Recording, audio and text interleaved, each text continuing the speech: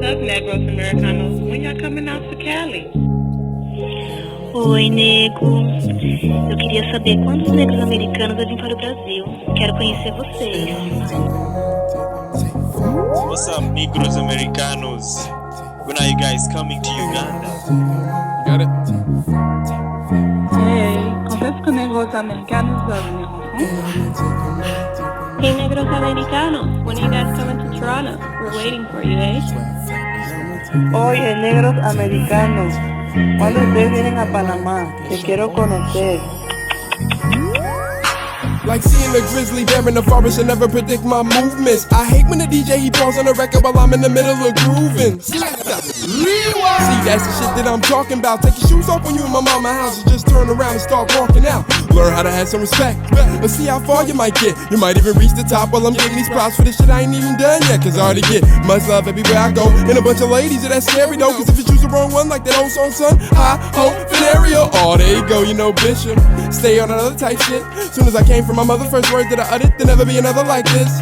And if you haven't seen one, trust and believe, son, he was drafted in my likeness. Man, a nerd, but it's herb, try to step to me out on the curb, talking about, did I write this? Everywhere I go, they be feeling me. Who are you to ever question my abilities? Your life, they fitted on a piece of paper, my life. Now we talking about trilogy. I survived the land and devised a plan like Spider-Man with agility. Maxwell Smart, the artist, partner, jogging in my soliloquy. From the front to the back, I know you feeling me. Motherfucker, pig on the killing spree. Take a puff past your ignorant ass, couldn't even pass third grade spelling bee. What's all this talk about you selling keys? Felonies, you're not hot to me. Always talk about chopping the key when you at Bloomingdale's on the shopping spree. Negros Americanos. Negros Americanos. Negros Americanos. Negros Americanos.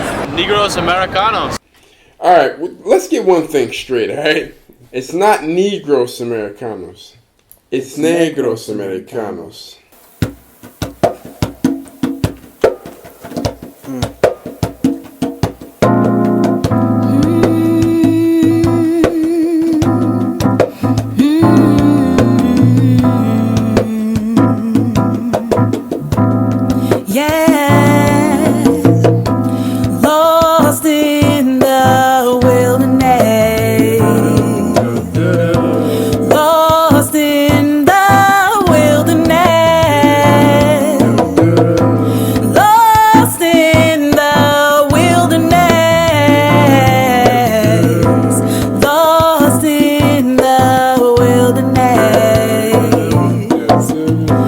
Americanos, we come from a small town, small city, it's actually a city called Plainfield, New Jersey. A lot of people never heard of it, but this city spawned some greats such as George Clinton, the Parliament Funkadelics. A couple of them. One of the members is Total, but they have very soulful, sultry voices. Then there was one of their sisters was Vita, and then she also had the lap dance joint with you want me? You can get the lap dance here for free. You know, we're responsible for that. Plainfield. You know, that's a very great source of pride for us. One thing Plainfield also has is a lot of Latinos. Hola, ¿cómo estás? With the Latinos, they moving their way up and they working their way up. It's hard out here for them too. And I don't know how we got into beef with each other, but it's like cats fighting over crumbs, you know what I'm saying? That's what happens. We both down. We know, okay, if we get involved with something there, we ain't gonna get no major penalty or whatever, you know what I'm saying? So that's how I started off when cats was young, just because somebody was different, you know what I mean? It might have been for fun, but then, you know what I mean, stuff got real as cats got older. Then gangs got involved, then people started losing lives. It's like when African American, when all these young kids attack the people. So everybody's trying to say, well, all the black, that's what they do, and it's not everybody. So I had to clarify, it's not everybody, not all then. Because you're gonna take it because a couple of these young kids did that for the people, it's not the all young kids for African Americans gonna do it. And the older people are very respectful, very hard-working people. Yeah. So some of the kids are like another culture. You know, some people are better doing things, but some people just criminalize everybody. I think the big issue for everybody is they are so uncertain how it's going to be, what is going to be happening. Everybody is so afraid that when they're going to be picking and then, beat up then. Sometimes they carry some money, sometimes they don't, but they're afraid. You see many times people walking in St. John's kids come up and they just hit in their face for no reason. There began to be tension between blacks and Latinos in the city. There were a lot of assaults of undocumented workers, getting beat up by black kids late at night. And when we are a part of People's Organization for Progress, the Plainfield chapter, when we were canvassing the neighborhood, knocking on the doors, they wouldn't even open the doors because they saw black men outside, and there was that fear. There was that fear, and the language barrier. Language barrier as well. No English. So we wanted to just represent for both sides. When I met them, that was several years in 2010, when a young brother was shot down and killed on Front and Clinton. It's our turn, you know what I mean, for the younger generation, for us to step up and for us to take responsibility. A lot of people complaining, you know what I mean, lip flapping. We want to get out here and sweat, perspire, to try to make better. If we do anything. So I'm up the street and I see all the yellow tape. So I pull over, I see Duka walking. I say, Duka, what's going on? He said, a kid got killed out there. And then the next day he got killed. So we were out there, brother, and there must have been about 40, 50 people that came out to the rally. Look in the man in the mirror in you. That's right. And the man in the mirror in me. Right. And go from block to block, school to school, youth to youth. Right. And we will not be burying our young men at 14, that's right, 15, and 16 years of age no more. Right. Because they will know to love one another. The good thing was the mayor came out, Sharon Robinson Briggs. We have a lot of good young people in the city of Plainfield, residents in the city of Plainfield. But we do have some who have lost their way, and they think that gunfire, gang violence, drug violence, and all of that is the way that they should go. And so we're just trying to get the word out about stopping the violence. I'm so grateful you guys coming out and trying to reach out to that younger crowd that is kind of hard for me to do sometimes. Because of that fear that already existed, we knew that we had to knock some barriers down, and then one barrier is a language one. So we chose to go dive into it and live in another country. And we weren't part of any projects or programs like that sent us there. We didn't study abroad. We bought some tickets. We got our certification first to teach ESL. We went down there, we printed out our resume.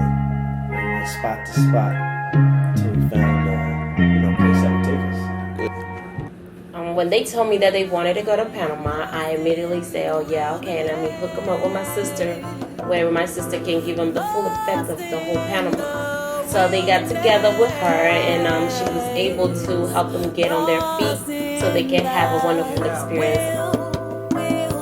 Lost in the wilderness of Panama, yo, this feeling is like getting uppercutted sideways. You feel the fisticuffs, handcuffs is on the wrists of my brother from another mother down in transit, because we're lost. Usted sabe cuál es la que. This is Life on Color from Panama City, located in Central America. This is a third world country where the struggle never ends out here. Concepción Juan Díaz, Panama. And it's beautiful because these are people in the ghetto or whatever, but they open up their house to you.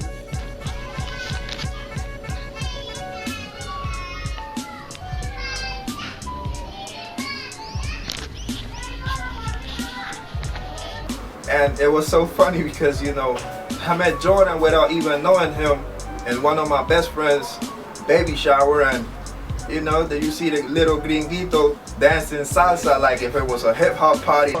Jordan está dormido. Jordan está dormido.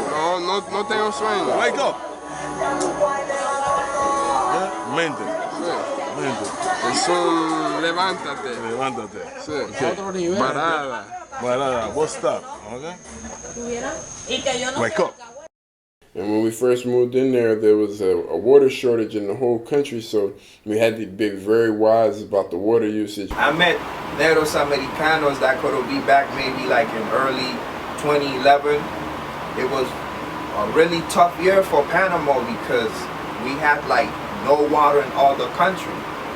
No water. You have to go to the market and buy water for yourself every day. Now imagine the whole country being in the same need. It was like 1 or 2 days without even being able to drink water because the little that you had was just to take a shower, you know. So at the time, the best thing for me to do for the fellas, you know, was just really walk them through the country and show them the way. Bonita, apple bum suggestion from Africa. I'm more into your mind, although I noticed wasn't back here. She thought she hung up, said I was whacking her vernacular. Mejor la raza, she ran off with Scott Bakula or William Shatner. Justin Bieber's what she's after. I can get easier a job because ladies like me in Colombia. That's not a too bad reason. Perfect way to explain this. With a black Panamanian woman here, this is perfect. This is perfect.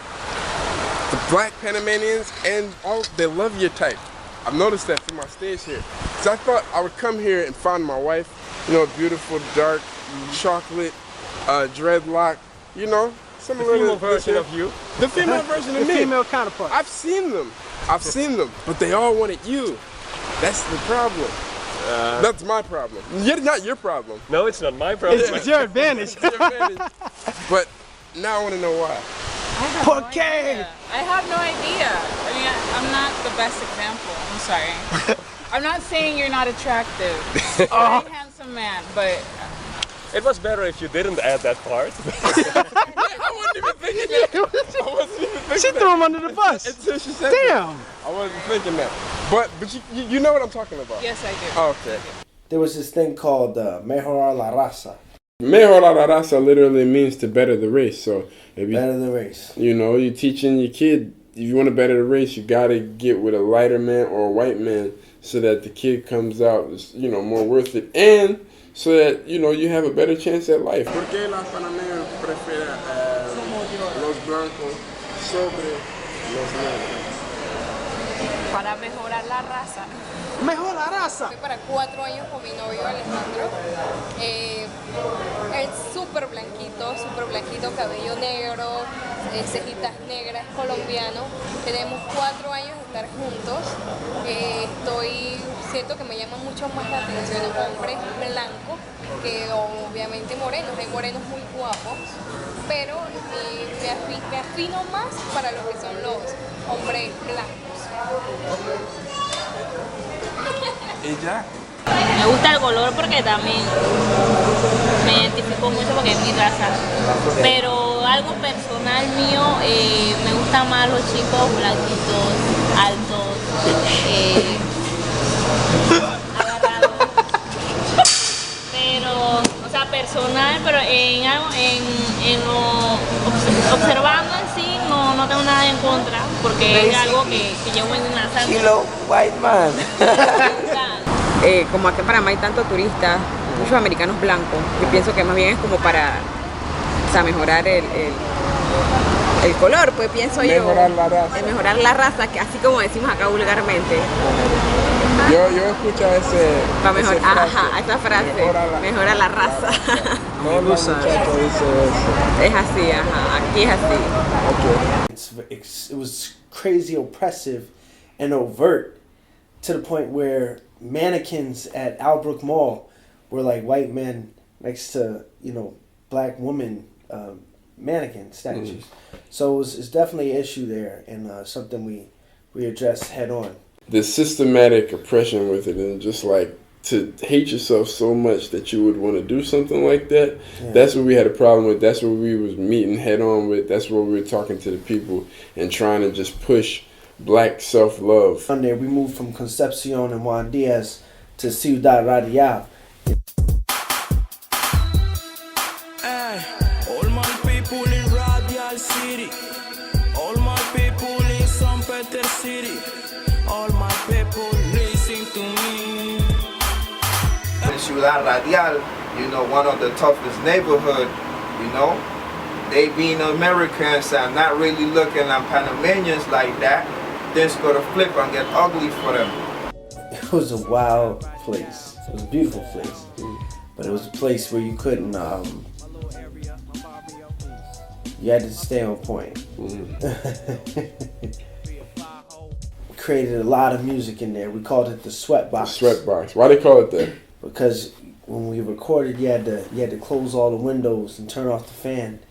We had a tin roof, and you just be in there sweating. It got hot.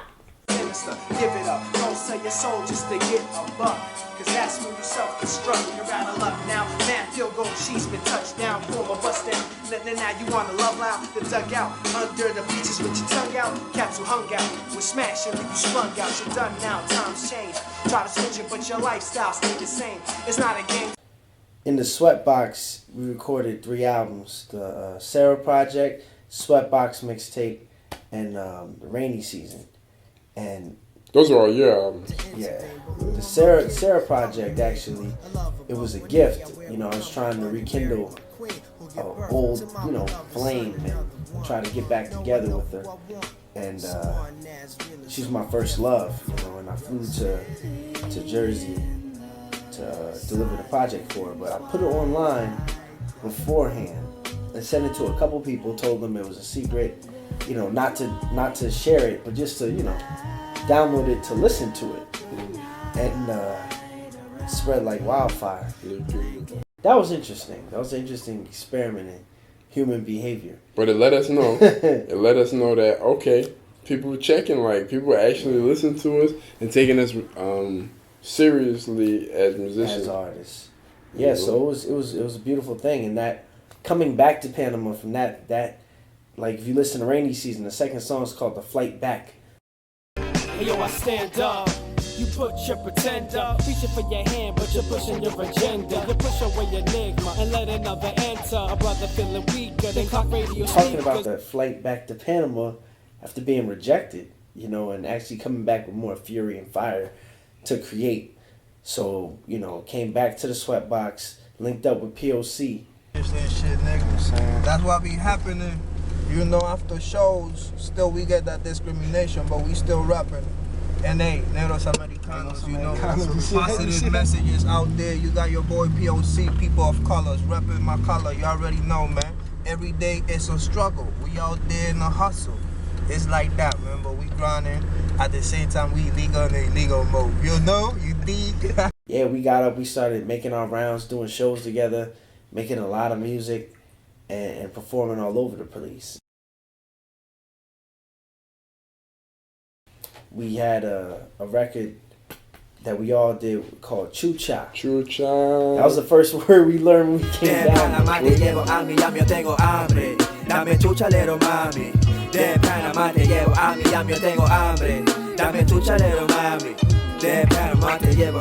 Hey yo, you lose if you think it's song is disrespectful. My crew was intellectual, the students hook is sexual. The chucha could be translated as the pussy. It was a very vulgar word, but it was used so freely, it would flow off the tongue. Grandmother said. You know, so, but if we got all, you know, We Are the World-ish on them, and Black Eyed Peas-ish, I mean, it wouldn't have penetrated, you know, without us, you know, maintaining our integrity. Yeah. So we figured we would take a term as popular as chucha and flip it, or reappropriate it. You know? It made it an acronym. It was the clandestine heart under the caged hummingbird adentro, which means inside. Alma de mujer. So it's about the soul of the woman. So it sounds sexual, might even sound crazy, but it's about the soul and the spirit of the woman.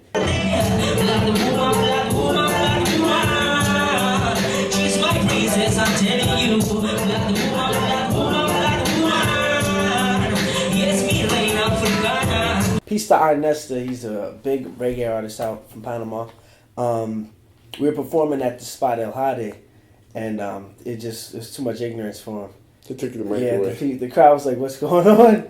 He took the mic away. Let's say the confession joint was appropriate for the occasion to open the crowd. Then when they start waving their hair, you could talk about pussy, you could talk about the tucha. But as soon you grab a mic and people don't say, "Nah, come on, son." I mean, it's like, come on, man. But for the same reason of that vulgarity, it was played in the streets. We got like love in Caledonia in the hood. They were playing it in Diablo Rojos. We heard it. It circulated. You know, it got around Panama because everybody knows chucha. Yeah.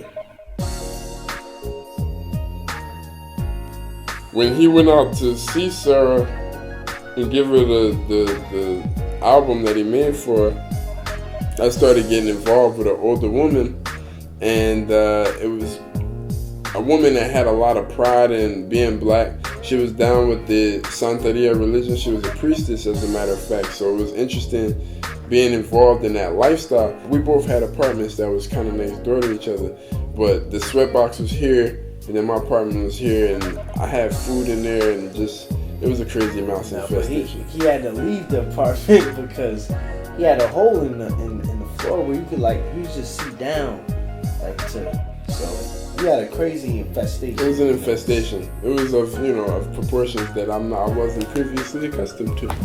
So I met with this woman, and she didn't speak any English, and it was good because the whole time I was really trying to find somebody that really could kick it with, that could practice with. She had the natural Afro hairstyle look, so we got together.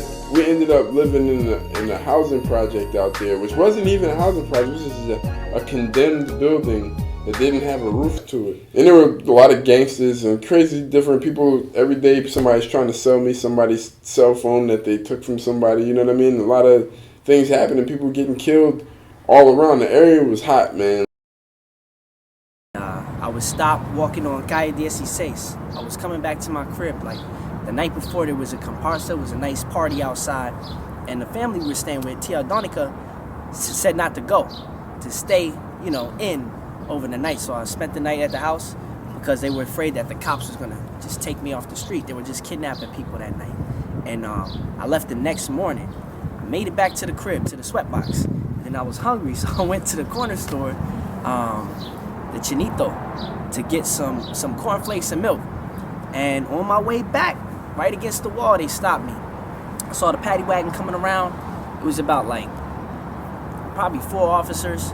They jumped off the back of the van with Uzis and M16s, gigantic guns, and just told us to freeze. Yeah, just like that, I was detained.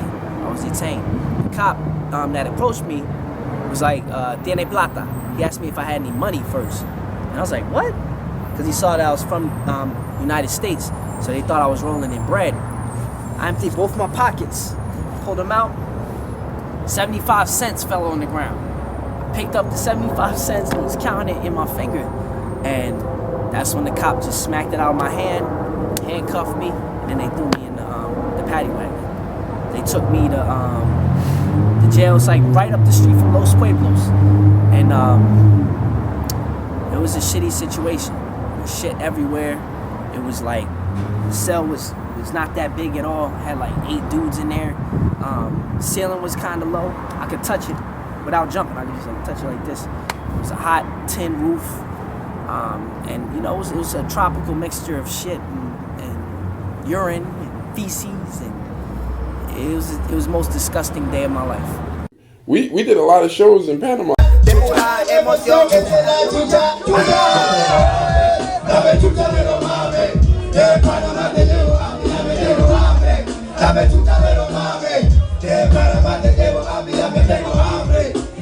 Yeah, I was speaking horrible Spanish. I had the dictionary out, the translation, and I would just call up different promoters, different venues, asking could we perform there, could we sing there, and some were successful, others weren't. But once that Chucha came out, the crowd just reacted to it, and it made it easy once you ripped it at one place to find out, where the next spot was. So while he was creating a lot of albums, I really was diving heavily into Panamanian music, and I just kind of got lost into it. I have an El Rookie or Cafu Banton or Latin Fresh or El Kid or Dian Jaman and all these Panamanian artists. I listen to their music and I just get the lyrics and print them out. And now I'm reading it and rapping it along with them, singing it along with them, and that's a good way to learn languages. Language learning is important and essential for being able to cross different genres and talk to people that you wouldn't normally be able to talk to on a day-to-day basis.